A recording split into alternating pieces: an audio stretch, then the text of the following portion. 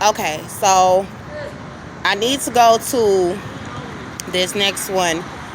The next visitations that I started to have throughout the night, there was a woman in her home, and I had been doing my makeup in her home, and there was significance on the fact that she had a daughter who had kids that did not live there.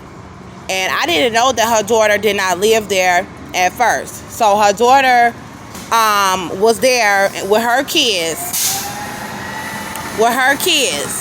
And I had been doing my makeup, and it was a little too light, but I had been doing my makeup, and the woman was taking me places with her family, taking me places with her.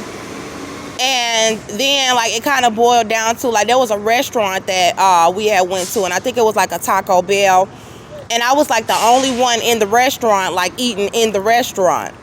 And there was a man, and I believe the man was familiar to me, and it was LaMarcus Sanders. But I'm not exactly sure if it was him, but he was later on in this dream and throughout these visitations. So the woman who had the kids, she was there in her mother's living room. And I had asked her, I was like, I found out she did not live there, and she had been up under us the whole time. So I found out she did not live there, and I was like, oh, you don't live here? She was like, oh, no, I live somewhere else. But my mother told me to come over, so I came over. And I was like, oh, okay. And it was something big about the fact that she did not live there. And she had all these kids, like, in her arms. Like, she had all these children, and she did not live there. And then there was something about my body and, makeup, and people talking about me and my makeup or whatever. But there was emphasis on the fact that I was over there doing makeup. So I ended up leaving this woman's house, and I recall myself walking down a road, and it had got dark because it was daylight at this woman's house.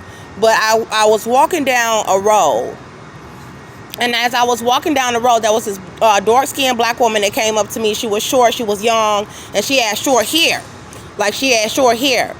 And I believe she might have had on glasses, or if it wasn't glasses, it was something about her eyes that was kind of like glazed over. And she was trying to warn me about something in the direction that I was walking, because I was walking straight ahead. And she was trying to warn me, and it was dark. And she was like, hey, sis, I'm down with you.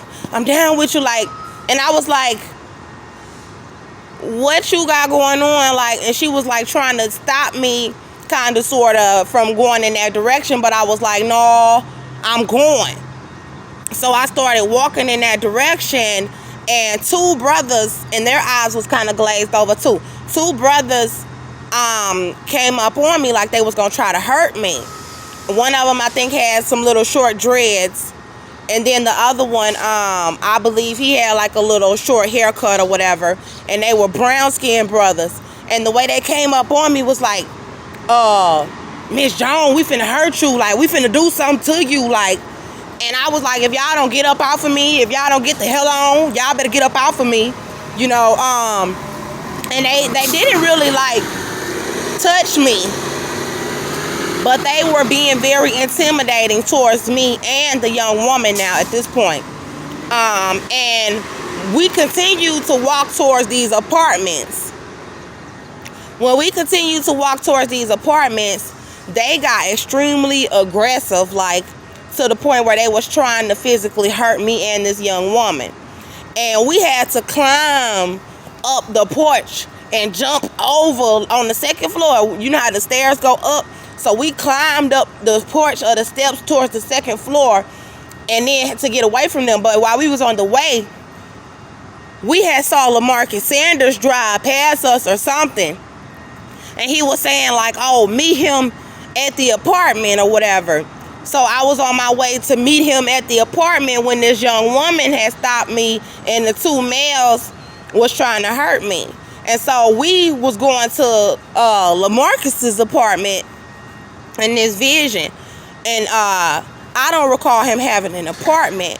So, but I'm just telling you about the dream because a lot of things are symbolic.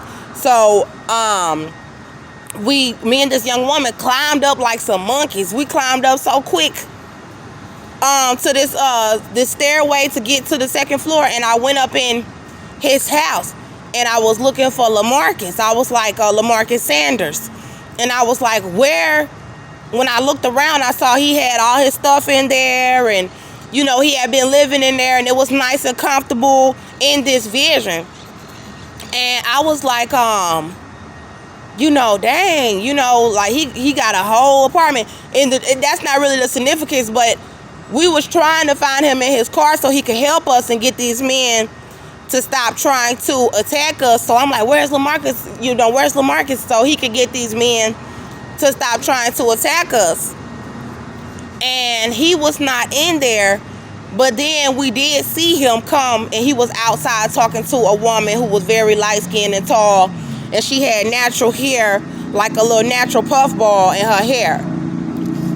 And he was selling weed to the girl, like he was selling her marijuana, and I guess he started crushing on the girl, and I left him. I was like, because we were supposed to be in a relationship for a short period of time, and I left him for about like a week. But I didn't really leave LaMarcus for like a week, but I had left him, and that's why I was gone. So the reason why I was walking down the street in this vision, it wasn't really emphasis on how long I had left him, but I had left him over this woman. And the reason why I was out there walking down the street in this vision was because he had been talking to or flirting with another woman, and I left him. So I was walking down the street back to him. And when I got there, he was comfortable and everything, and there was something about he had money. He had money in his pocket.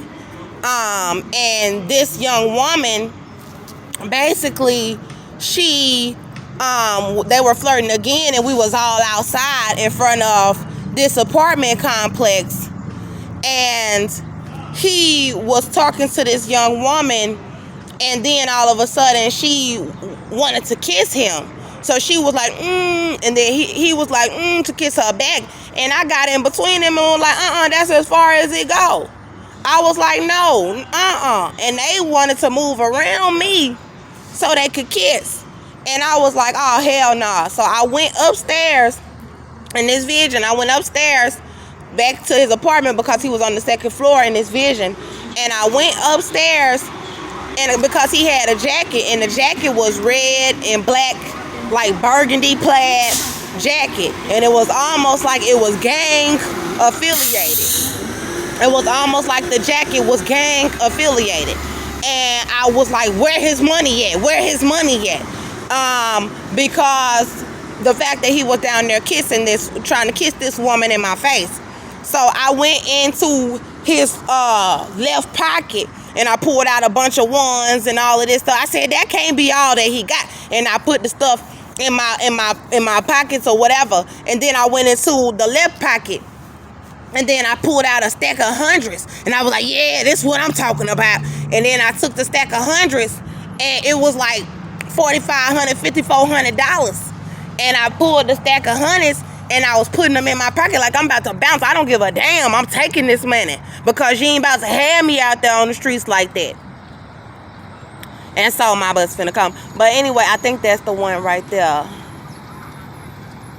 But anyway, so when I took the money, the young black girl was in the house, and she saw me take the money. So she was like, oh no, you can't do that. You can't do that. You can't take the money. You can't take the money. And I was like, yes, I can. I was like, here go a couple of $100 for you. And I gave her the $200. And then I took the rest, and it was a lot. And then I just ran. Like, I jumped over the banister. I ran. And LaMarcus was not out there. Something about he was all in cahoots with this woman. So what I did was I ran, and everybody came after me. Like all of these black dudes, the 2 black dudes and a whole bunch of black dudes that stayed next door, and then the girl who was trying to warn me, she was down with the dudes next door, so she was living like up under the dudes that was after me, and I believe that's what she was trying to warn me. And then when she seen me leaving with the money, she was scared, like, don't do that. And so I took the money, and then I started running. I just started running, and I ran to try to get out the neighborhood, but I couldn't find my way out the neighborhood. Then I had ran into this building, and y'all, Wesley Snipes was sitting at the bar ordering a drink, and I was like, Wesley Snipes, and I heard the spirit like, oh, they want a sniper, they want a shooter, you know. And so I was like, yeah, but they ain't gonna shoot me. And so then I was like asking him, how do I get out of here? How did you get in here to this building? Because it was like a bar, it was like an airport, it was like a facility, but it was like all of this put together. And so I had asked him, I was like, how did you get in here? Tell me how you got in here. But he had taken a special way to get in because he was getting valet parking and all of that. So he was like, well, the way I came in, you know, was this way, and I couldn't get out that way. So I started to run out the building, and I ran to where there was a whole bunch of closed businesses. Like, they was open, but it was nighttime, and the buildings were closed.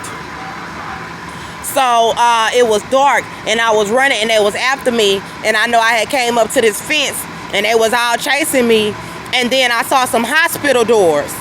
There was some hospital doors that had opened up, because the nurse, you know how the nurse is about to go through the hospital doors, and you know you got the ones where you got to swipe your badge in order to get through that door, where it's not where you can get through that door without having a nurse or a doctor come and swipe that card to get you through that door. This is what kind of door it was. So that was on me. Like, I was running, I was gone, and there was a nurse who had went through these doors, and the doors was just about to close, and I had grabbed the door like and got in, and it closed, and I grabbed the other one like because it was 2 doors that had opened that she went through, and I hurried up and like slid through them and pried it open, and I got in it. And the men that was chasing me, they didn't have access, they didn't have a medical card to get through the door. So I ran, and I had ended up in what looked like a train station. If you ever been in a train station that have several different levels, and a whole bunch of different they get on my nerves. Excuse me, but a whole bunch of different escalators, like real long escalators, and it was almost like it was an airport too, and it was almost like it was a shopping center too. So it was like all of this put together, and I was running, and I had all this money, and I was running, and I was like, dang, like how the hell I'm gonna get up out of here? Because I knew that there was a way that these men could still get into those buildings, because they had a lot of affiliates and a lot of power, and they would be able to get through these doors and come in here and find me. And it was probably people in there that would notice me and recognize me too. So I was running, and I was going down some of these escalators, and I ran across this black woman. She had straight permed hair, looked like it was relaxed. She had some brown streaks in it. She was kind of heavy set, light brown skin, but darker than me. And she had glasses, and she looked like she was a businesswoman. Like, I don't know if she had on scrubs, but she looked like she was a businesswoman, and she had on a jacket, like a blue jean jacket. And I was like, ma'am,